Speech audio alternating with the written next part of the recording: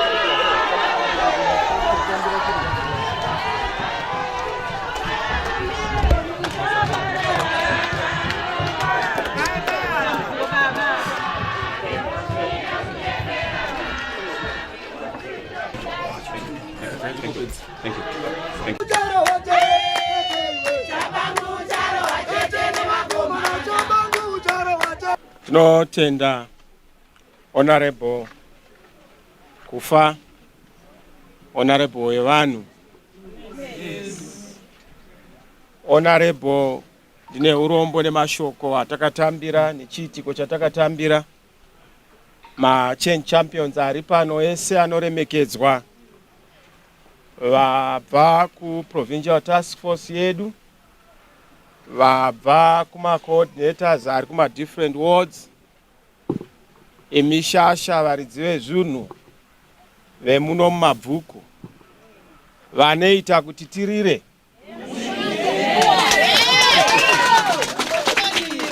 Ndava kurira kwedu ndokwaitisa mutyutyu kune mabhinya.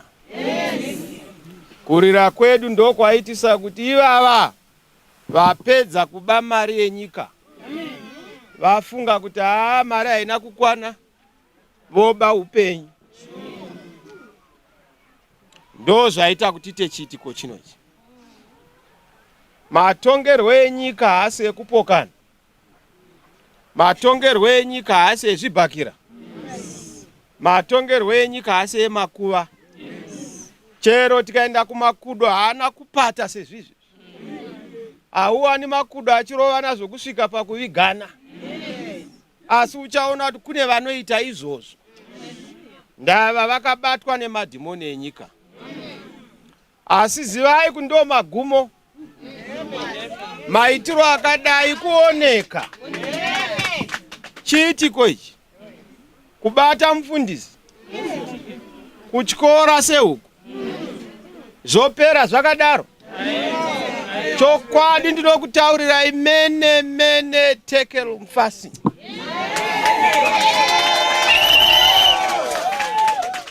Umambo hunopera. Anopedza umambo havasi vanhu. Kuna Mwari kudenga.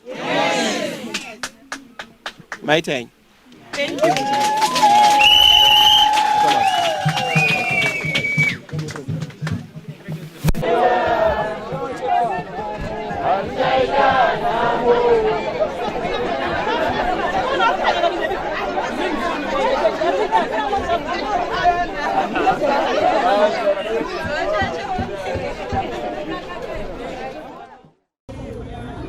And what is clear is that these are blatant and brazen crimes against humanity.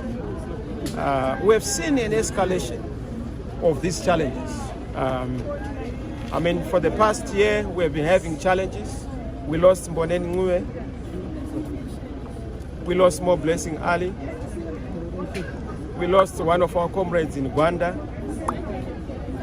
We have continued to lose more comrades. We nearly lost Ngadzore. We lost Tinashe, I think in Glenora. You know, I can't remember the second. All these are indication of the challenges we have in the country. What is even shocking is that there is not a statement from government to convey condolences, to discourage this kind of tyranny and terror, to try and correct the settings of murder in the context of our politics. So culpability stands at the doorstep of those who are supposed to preside over the state affairs. And then we have not yet seen any conviction of anyone who has been accused. You have been talking about conviction, just a statement from somebody who is masquerading as the leader of a country. Because you are receiving taxpayers' money. You preside over the nation. Even if we are disputed, but you are presiding over fraudulently or criminally, you are presiding over the state affairs. So it's not about parties. There must be a father. This country needs a father. And that's why the people chose us to provide that stewardship and father. But of course, you know what happened with the election. That is the key issue in this country.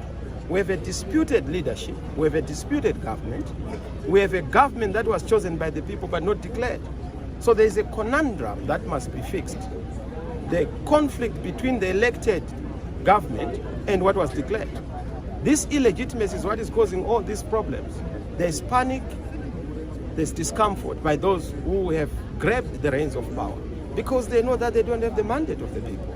So the only way to correct this is to have a political settlement that will resolve the issues fundamentally and comprehensively. And we've said it. We've said it to the people of Zimbabwe, and that is what is coming from the citizens. And that is what we are going to be pushing for. This matter is only but an indication of the country sliding into further abyss and tyranny. And then you spoke to the family. What did they say about this? They are shocked. You can imagine. And even more for the wife, for the children.